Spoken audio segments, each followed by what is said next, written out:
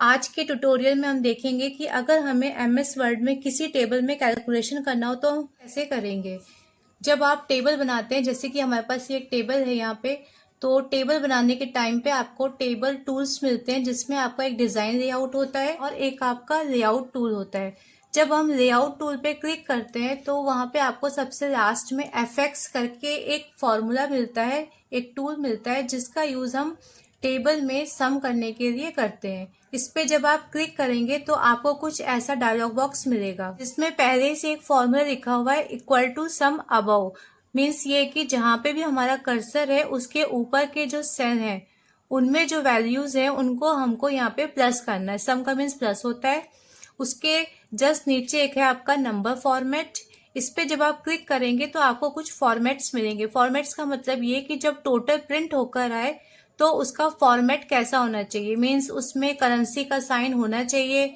अगर वो थाउजेंड्स में आ रहा है तो कॉमा से 1000 सेपरेट होना चाहिए। तो जैसे हम यहाँ पे फॉर्मेट पे क्लिक करेंगे वैसा ही फॉर्मेट हमें वहाँ पे ओके करने पर मिलेगा।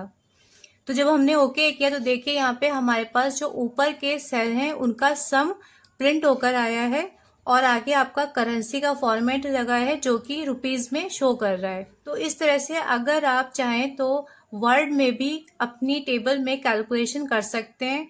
इसी में जब आप आगे देखेंगे तो ये तो हमारा सम निकला है। अगर हमें इन रोज को काउंट करना हो तो वापस हम एफएक्स वाले फॉर्मूले पे क्लिक करेंगे और जहाँ पे आपका पेस्ट फंक्शन लिखा हुआ है उस पर जब हम क्लिक करेंगे तो कुछ प्री डिफाइंड फंक्शन यहाँ पे पहले से हमें लिखे हुए मिलेंगे।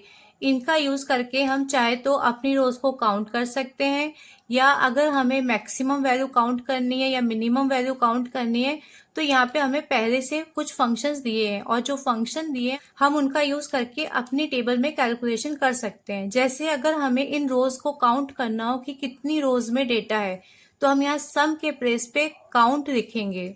ओके करते ही यहाँ पे आपके पास रो कैलकुलेट होकर आएगी कि ऊपर कितनी रोज हैं। अब अगर हमें इसका फॉर्मेट, क्योंकि यहाँ पे रुपीज शो कर रहा है और हमें रुपीज में तो शो करना नहीं है, तो वापस आप एफएक्स पे जाके यहाँ से जो सिंपल फॉर्मेट है उस पे क्लिक करेंगे।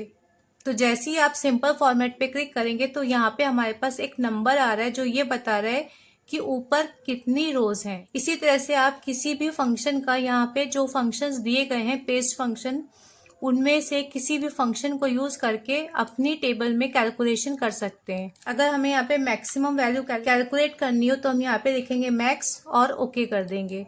जैसे ही आप यहाँ पे मैक्स करके ओके करेंगे तो यहाँ पे आपको आपकी टेबल में जो सबसे मैक्सिमम वैल्यू है वो मिल जाएगी। वापस क्लिक करेंगे। अगर हमें सबसे कम वैल्यू टेबल में फाइंड आउट करनी है तो मैक्स की जगह यहाँ पे मिन लिखेंगे, means minimum value, MIN means minimum value. Okay करेंगे तो टेबल में जो सबसे कम वैल्यू होगी वो यहाँ पे आपको मिल जाएगी।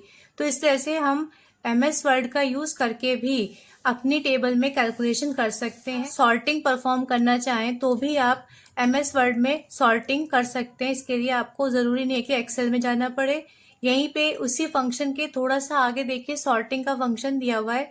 इस पे अगर हम क्लिक करेंगे तो ये हमसे पूछता है कि किस कॉलम में, और सबसे पहले ये पूछता है कि कौन से कॉलम में हमें सॉर्टिंग करनी है। सेकंड ऑप्शन में ये टाइप पूछता है कि हमें टेक्स्ट के थ्रू यहाँ पे सॉर्टिंग करनी है कि नंबर के थ्रू यहाँ पे सॉर्टिंग करनी है।